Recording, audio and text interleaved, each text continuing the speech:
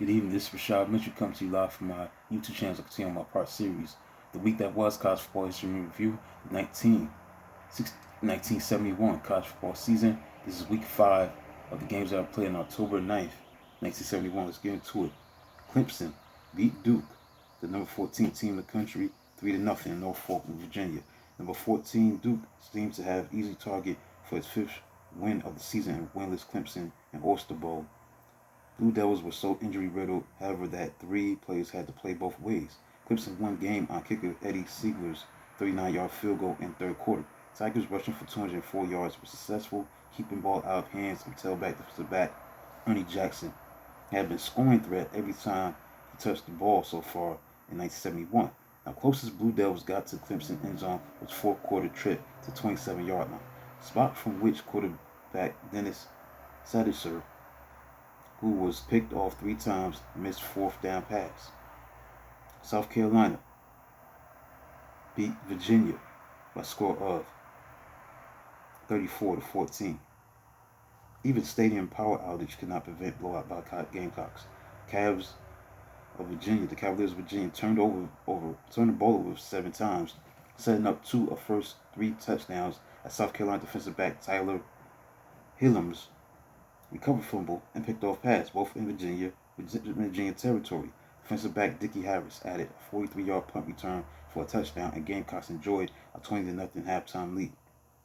But any hopes for Virginia comeback ended early in the third quarter after a blocked punt by Carolina middle guard Pat Coat was recovered in the end zone by teammate defensive tackle John Lehoop. Now, Virginia was shut out until scoring 2 touchdowns in fourth quarter, including 41-yard run by tailback Kent Merritt. Next, North Carolina, the number 18 team in the country, lost to Tulane 37-29. Now, another undefeated ACC team bit the dust as Tulane quarterback Mike Walker threw 4 touchdowns in the first half. Wide receiver Coleman Dupree added a 100-yard kickoff return for a touchdown. Walker completed a 9-for-15 for 267 yards in game's opening 30 minutes, getting a wave on board early in the 65 scoring strike to fullback Bob Marshall. Marshall's touchdown marked first time North Carolina had trailed all season.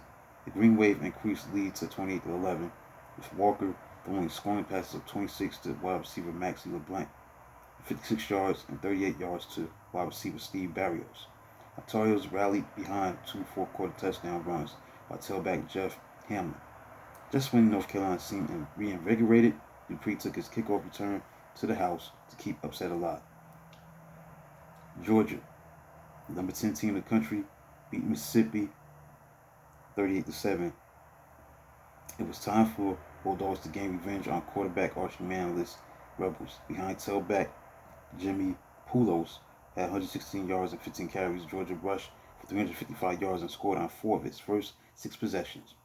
First touchdown scored by guard John Jennings, who caught fumble on odd play and rumbled 39 yards. Quarterbacks like Andy Johnson, James Ray played well for Bulldogs, with Johnson rushing for 102 yards and Ray passing 5 for 5, 48 yards. Now, Ole Miss quarterback Kenny Lyons hit only 3 passes in the first half for 191 yards before being benched.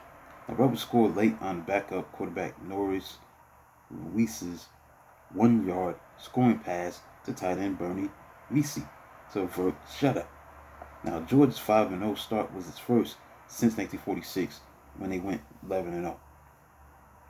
Next, Michigan, the number 2 team in the country, beat Michigan State 24-13, down 10-7 early in the fourth quarter. Having marched to Michigan 14-yard line, the Spunky Spartans seemed poised for upset. So Wolverines defensive ends like Mike Keller and Butch Carpenter then sacked quarterback Frank Coach on consecutive plays, second of which by Carpenter produced fumble recovered by Keller.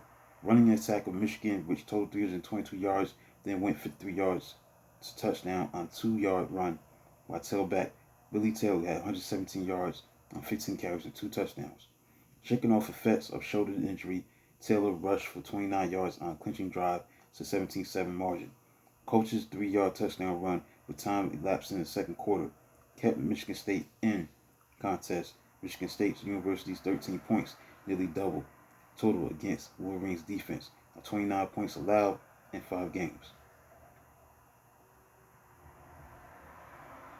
Ohio State, the number 15 team in the country, beat Illinois by a score of 24-10. Winless Illinois outdistanced crippled 3 starters were lost for season. Ohio State 114 yards to 292 yards.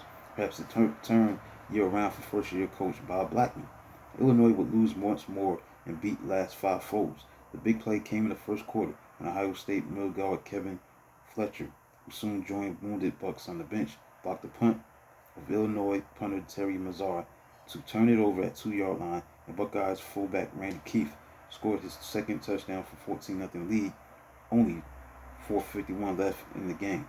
Into the game, Illinois botched first down opportunities at 4 and 6-yard lines, but escaped first half a field goal after linebacker Chuck Kogat recovered a fumble. Ohio State quarterback Greg Hare in for injured quarterback Don Lenka raced 31 yards at the second half kickoff and scored on a 3-yard option run for 21-3 lead. Illinois quarterback kicker Mike Wells hit 17 yards passing on a 85-yard touchdown march in the fourth quarter. Next, number 8 Oklahoma beat number 3 Texas 48-27. The Sooners tore a page out of University of Texas playbook as quarterback Jack Mildren and halfback Greg Pruitt, both Texas natives, led the wishbone attack that had been introduced to college football by Texas. Now, Mildren's and Pruitt's heroics gave Oklahoma its first series win since 1966 and snapped Texas Longhorns' impressive 33-game regular season winning streak. Oklahoma rushed for 435 yards, 344 in the first half, as Pruitt sped to 214 yards himself. Points were most scored on Longhorns since 1952, as Sooners avenged 41-9 beating of 1970. Charlotte, Texas was crippled at quarterback starter Eddie Phillips, slowed by hamstring injury, and backup Donnie Wingington knocked out with separated ribs in the third quarter by games and more opening day starters were sidelined than were playing against the Sooners. So Wingington managed 2 touchdowns for the Steers before departing, as did halfback Jim Burleson. Colorado,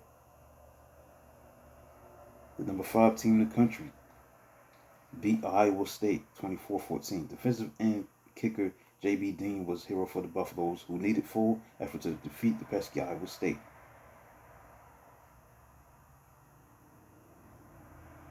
Dean's 37-yard field goal put Colorado up 17-14. Dean then picked off quarterback Dean Carlson to set up 8-yard touchdown run on reverse by wide receiver Cliff Branch. Now, the game-sealing touchdown by Branch came 2 plays after his 56-yard reception. Iowa State University linebacker Matt Blair appeared to have put the Cyclones of Iowa State in good shape by recovering a fumble 2 plays before Dean's interception. But the game had been tied at 14-14 entering the fourth quarter, as Colorado had scored touchdowns on a 7-yard run by tailback Charlie U. Davis, 11-yard pass from quarterback Ken Johnson to wide receiver Willie Nichols. Iowa State earlier had cracked end zone on a 28-yard pass from tailback George Edmondson to wide receiver Billy Jones, a 9-yard keeper by Carlson.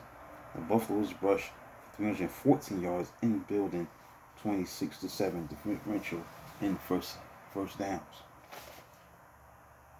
Next, Kansas beat Kansas State by a score of 39-13. Stanford, the number 19 team in the country, beat number 11 Washington 17-6. Stanford defense shut down Huskies quarterback Sonny Sixkiller, therefore shut down undefeated Huskies. Washington entered this game averaging 49.8 points per game, but aggressive blitzing defense kept them blanked until the fourth quarter. So when defensive back Benny Barnes wasn't blitzing, he had 2 sacks. He made 3 of Stanford Cardinals' 4 interceptions. Meanwhile, Stanford defensive guard Pete Ladisich was in on his 4 sacks. All of Stanford's points came in the first half on a 20-yard catch by wide receiver John Winesberry, 20-yard run by fullback Reggie Sanderson, a 47-yard field goal by kicker Rod Garcia. Both touchdown drives were short, 32 yards and 34 yards, and were set up by Tribe's defense, forcing the Huskies to punt from their end zone and make an interception. A six killer completed only 12 of 46 attempts. And finally, Oregon. Oregon beat Southern California by a score of 28-23. Oregon beat Southern California 28-23. So at game's end, Trojans quarterback Jimmy Jones threw the perfect long ball to wide receiver Edelso Garrison for a apparent winning 77-yard touchdown. But play was called back because of an ineligible receiver penalty. So the Ducks of Oregon hung on for a stunning upset as Oregon quarterback Harvey Went, starting for injured quarterback Dan Fouts, threw 3 touchdowns and led 2 fourth-quarter touchdown drives to erase a 23-14 deficit. Tailback Bobby Moore proved to be Ducks' most effective weapon as he rushed for 145 yards, including a game-winning 2-yard touchdown and caught 6 passes, including an 11-yard touchdown that pulled Oregon to within 23-21 early in the fourth quarter. Now USC was sparked by fullback Sam Cunningham's 187 yards rushing, although he lost crucial fumble late in the third quarter. So that concludes a look at Week 5, the week that was college football in review, the 1971 college football season. Week 5, the games that played on October 9th, 1971. October 11th, AP poll looked like this. Nebraska was number 1, followed by number 2, Oklahoma, number 3, Michigan, 4, Alabama, number 5, Auburn, 6, Colorado, number 7 was Notre Dame, 8 was North Georgia, number 9, Penn State, Texas was number 10, Arizona State was number 11, 12 was Louisiana State, 13 Ohio State, 14 Tennessee, 15 Stanford, 16 Arkansas, 17 Toledo, 18 Washington, number 19 Florida State, and Purdue was number 20. So that concludes a look at the week that was college football history in review, the 1971 college football season. The games that were played on week 5 of October 9th, 1971. Please like, subscribe, and comment on the channel. Do a video of this magnitude tomorrow. Until then, talk to you soon.